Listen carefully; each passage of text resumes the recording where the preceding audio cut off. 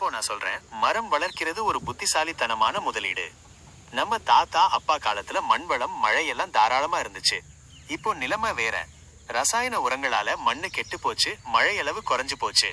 இப்படிப்பட்ட சூழல்ல விவசாயத்தை லாபகரமா நடத்துறதுக்கு மரங்கள் ரொம்ப அவசியம். ஒன்று, வருமானத்துக்கு உத்தரவாதம். நெல் கரும்பு பயிர் மட்டும் போடுறதுல இப்போ ரிஸ்க் அதிகம். திடீர்னு மழை வராம போனா மொத்த உழைப்பும் வீணா போகும். ஆனா நம்ம நிலத்துல மரங்களை நட்டு வளர்த்தா நமக்கு வருமானத்துக்கு ஒரு உறுதியான வழி இருக்கு. தேக்கு, சந்தனம், வேங்கை மாதிரி மதிப்புமிக்க மரங்களை நடலாம். 10-15 வருஷங்கள் கழிச்சு இந்த மரங்களை அறுவடை செஞ்சா நம்ம விவசாய நிலத்தோட மதிப்பு பல மடங்கு உயரும். 2, மண்ணும் நீரும் பாதுகாக்கும் உத்தி. இப்போ விவசாயத்துக்கு பெரிய சவால் தண்ணி பற்றாக்குறைதான். மழை இல்லாட்டா நிலத்தடி நீர் அளவு குறையும்.